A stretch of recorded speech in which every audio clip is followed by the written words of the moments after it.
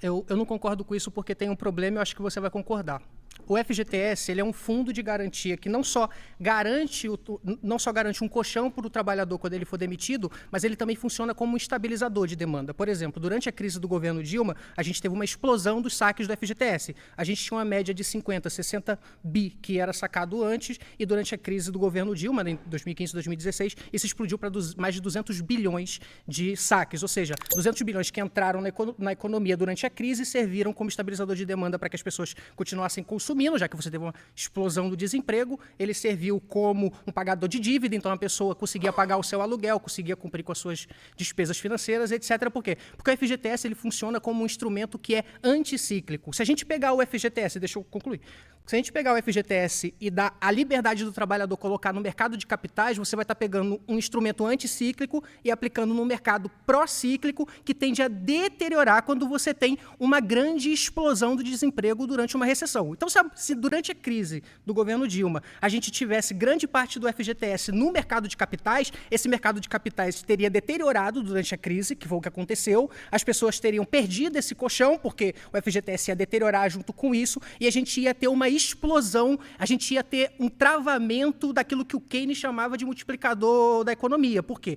Porque as pessoas não iam receber esse colchão, ou seja, ia ser 200 bi que ia ser menos durante essa crise, naturalmente a demanda ela ia colapsar, as empresas iam iam despedir ainda mais do que despediram durante ali, então a gente poderia ter tido um desemprego maior, a gente poderia ter tido uma recessão maior. Minha segunda afirmação é: o FGTS é um roubo contra o trabalhador. Eu digo isso porque o FGTS basicamente rende muito menos que a poupança, que é o pior investimento de todos, e ao mesmo tempo financia muitas políticas públicas fracassadas. Sou Kim Kataguiri, deputado federal do Partido Missão, coordenador nacional do Movimento Brasil Livre, e eu estou na zona de fogo contra 20 trabalhistas.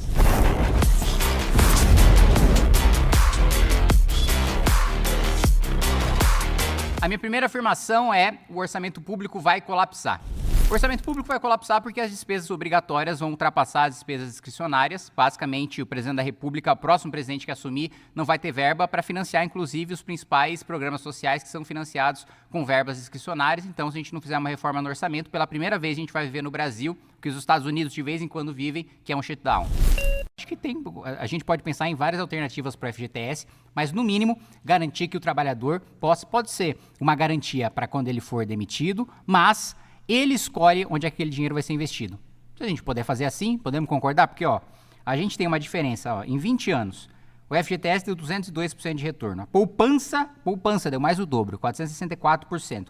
A Bolsa, investimento de risco, deu 755%.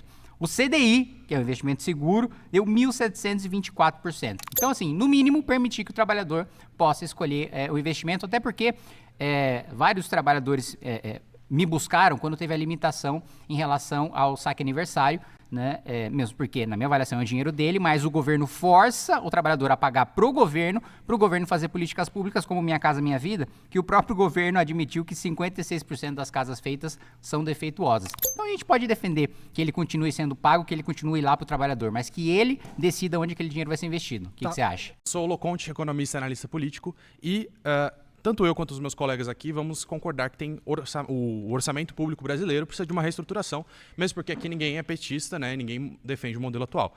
Agora, me surpreendeu positivamente que o MBL, ou enfim, o Partido Missão, defende a diminuição da taxa de juros, mesmo porque, para quem não sabe, o Brasil é o quarto país em diferença entre inflação e taxa de juros. Bom, eu achei muito curioso a escolha lexical da palavra roubo, porque a primeira vez que eu vejo o roubo que aumenta o patrimônio do trabalhador e não diminui, sendo que o roubo, ele, em tese, no direito penal, ele diminui, ele é subtrair coisa alheia. Sim, mas está subtraído do trabalhador. A partir do momento que ele rende menos que a poupança, é o governo, né, obrigando o trabalhador a tirar do dinheiro dele para o governo financiar políticas públicas fracassadas. O trabalhador, muitas vezes, ou ter acesso a essas políticas públicas de péssima qualidade, como uma moradia defeituosa, e ao mesmo tempo que ele não tem todo o dinheiro que ele poderia ter se tivesse um investimento muito simples, que é a poupança, por exemplo. Então, isso é um roubo, porque ele está perdendo dinheiro, porque aquele dinheiro está sendo mal aplicado. Sou Tomás, estudo economia, e eu queria trazer aqui uma perspectiva para mostrar como os juros abaixar não é uma questão de você praticar superávit primário.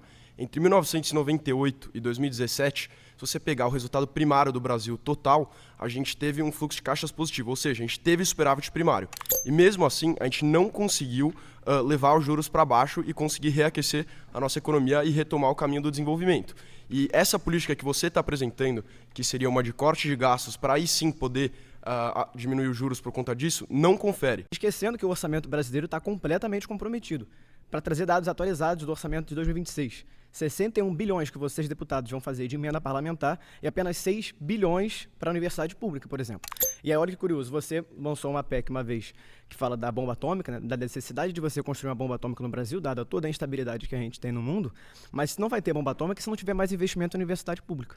Né? Então, assim, é muito engraçado quando a gente fala de orçamento, é muito curioso ver só a perspectiva fiscalista que vocês colocam no debate, ignorando a importância de alguns gastos do ponto de vista multiplicador de renda, de arrecadação, de investimento. Opa, esse é novo também. Tarde, Kim. E aí, tudo bom? Opa. Eu sou o Pedro Alencar, eu sou um dos coordenadores da JNB e eu queria entender porque o deputado acha que é exatamente um roubo contra o trabalhador, primeiramente a questão do FGTS. Porque o rendimento é pífio. Porque se estivesse na poupança renderia mais, porque se estivesse no CDI renderia mais. Assim, não há trabalhador com quem eu converse que não diga que seria muito melhor isso não financiar a política pública e isso ficar à disposição dele quando ele quisesse. Mas vamos partir da premissa, e eu ainda vou, digamos assim, conceder esse pressuposto para vocês, de que o FGTS está lá e só pode ser sacado em caso de demissão ou em caso de crise ou por aí vai.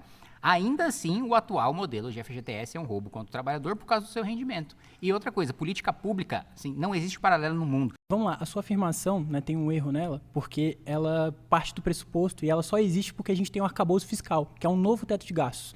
Então, se não limitasse esses gastos, né, que a gente tem, né, no Brasil, como se a premissa fosse excesso de gastos que não tem, a gente não estaria fazendo essa discussão.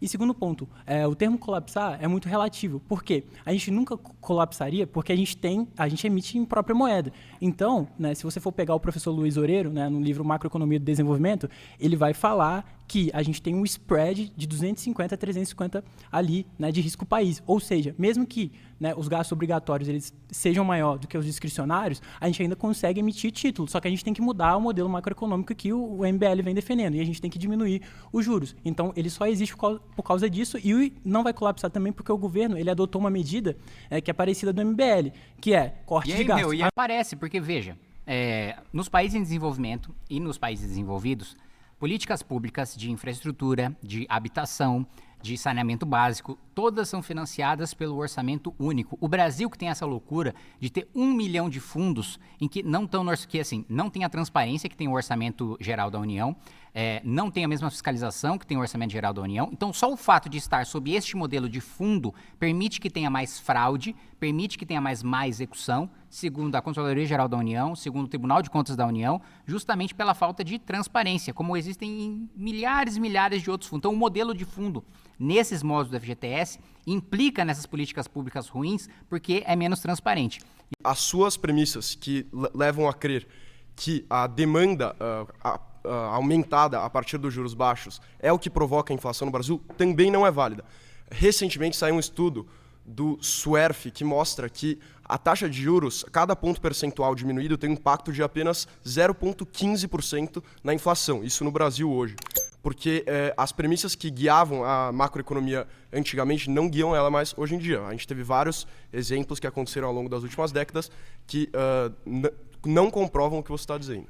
Não existe uma relação causal entre o corte de gasto que você apresenta na sua PEC, que é basicamente isso, né? Você quer desvincular os pisos da educação e da saúde, da complementação do Fundeb, você quer desindexar o salário mínimo, né, quer desindexar o salário mínimo tanto do BPC quanto da aposentadoria, que na prática o pobre ele vai receber menos, ele vai ser menos atendido, porque naturalmente você está limitando o crescimento desses benefícios apenas à inflação, né? Ou seja, não vai ter ganho real, ao contrário dos trabalhadores da iniciativa privada. O salário mínimo ele não é só um indicador de mercado. O salário mínimo ele também é um indicador de demanda, justamente porque você precisa de uma condição mínima para as pessoas, não só porque isso é moralmente visualmente bonito, mas porque isso também é eficiente do ponto de vista prático de como uma economia opera.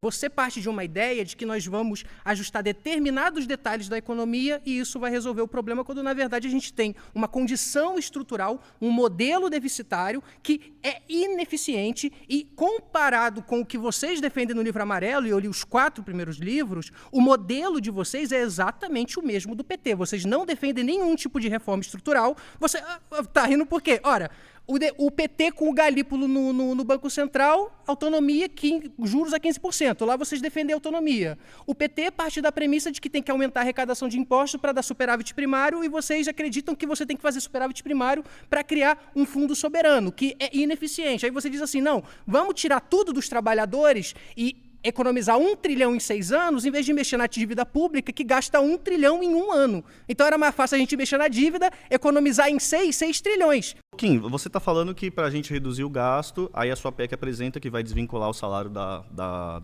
aposentadoria do BPC, vai desvincular o salário, o teto da educação, ou seja, investimento para educação, piso para educação, mesmo vocês reconhecendo que a educação no Brasil é subfinanciada. Correto? Não, negativo. Vocês reconhecem isso no livro amarelo 1? Não, negativo. É o que é subfinanciado, educação básica. Isso, né? então. Não é educação de maneira geral. Então, tudo Na bem, mas realidade, você precisa ter uma existe... inversão de pirâmide. Então vamos lá, vamos separar a educação em 3 níveis e você me responde. Educação básica é subfinanciada ou não? Sim. Educação média? Sim. E superior? Não. Para a gente conseguir combater esses tipos de inflação, não é diminuindo os juros. Como eu te disse, o impacto é muito mais baixo do que você está fazendo parecer. Na verdade, para a gente conseguir diminuir essa inflação, seria com outras políticas, por exemplo, substituição de importações, para conseguir manejar em momentos de crise, como foi depois da guerra da Rússia russo-ucraniana, que a gente teve uma inflação de custos e a alta dos preços dos fertilizantes globais causou uma inflação muito forte aqui no Brasil, por conta dessa alta de preço. Então, essa inflação de custos não é combatida com você sufocar a demanda agregada da economia. A verdadeira base da legislação trabalhista brasileira é a doutrina social da Igreja. É isso aqui. Carta encíclica Rerum Novarum do Papa Leão XIII, em 1891. O que mostra isso são fatos históricos. Por exemplo, o ministro Arnaldo Susequinde, que fez parte da comissão que elaborou a CLT, em sucessivos depoimentos, disse que as 3 bases fundamentais da CLT são a Rerum Novarum, as convenções da OIT e os anais do primeiro Congresso Brasileiro de Direito Social, um Congresso Brasileiro de Direito Social criado pelo professor Cesarino Júnior, primeiro professor de Direito do Trabalho da história do Brasil, que é o fundador do Partido Democrata Cristão. Então, vocês estigmatizam a legislação trabalhista brasileira associando a fascismo, quando na verdade o que vocês estão se opondo é a doutrina social da Igreja, que não tem nada a ver com fascismo. Qual a sua definição de gasto? O que seria gasto para você? Gasto é a definição ortodoxa de gasto, né? Aquilo que não dá um retorno no futuro. Então, gasto, educação, saúde, segurança para você é gasto ou investimento? Depende. Pode ter gasto e pode ter investimento em segurança, por exemplo. Pagar a folha de pagamento para a polícia militar é gasto. Construir um batalhão é investimento. Da mesma maneira, construir uma escola é investimento. Pagar os salários correntes são gasto. Da mesma maneira, saúde, né? Os gastos com insumos correntes são gasto. Investimento é eu comprar um tomógrafo, é eu comprar um eletrocardiograma, é eu comprar equipamentos de saúde. Então pode ter investimento e gasto em todas as áreas.